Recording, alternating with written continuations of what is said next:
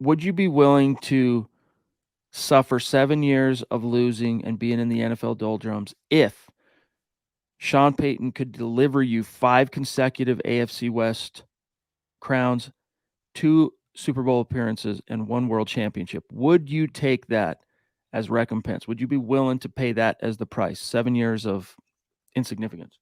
And that's really what happened. John Elway, if nothing else, all right, you can pick holes at his his ability as a talent evaluator. And there were people when the Broncos first hired him to come in and serve as the top football executive that said he's not a football guy, that he's going to fail miserably, because any other time it had been tried in the past, including with Dan Marino with the Dolphins, of former high profile quarterbacks coming into a front office role, it hadn't worked out well. And really, it hadn't worked out well for a GM, former player, around the league other than Ozzie Newsome. And people said, no, some of these naysayers, no, John Elway's going to fall flat on his face.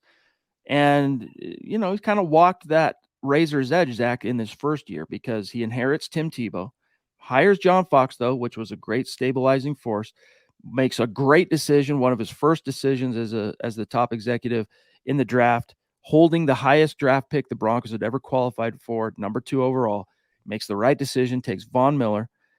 That was a domino that would end up having great effect later on down the road when it fell. And then, hey, you went out and you won the Peyton Manning sweepstakes. Maybe no one else could have done that but John Elway. And that's really, at that stage, obviously, I'm exaggerating a little bit when I say, if that was all he did was bring you Von Miller and Peyton Manning, that probably would have been enough. But he did a lot more than that.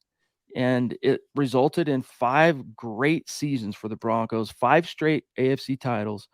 Again, 2 Super Bowl berths, 1 victory. And after that, you're right, Zach, he couldn't get the head coach right, and everything trickled downhill from that as far as quarterback swings and misses. But I think John Elway deserves a lot of love and respect. And this is coming from a guy that is biased. Okay.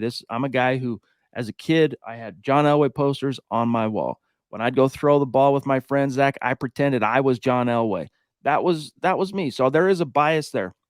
But I think the farther you get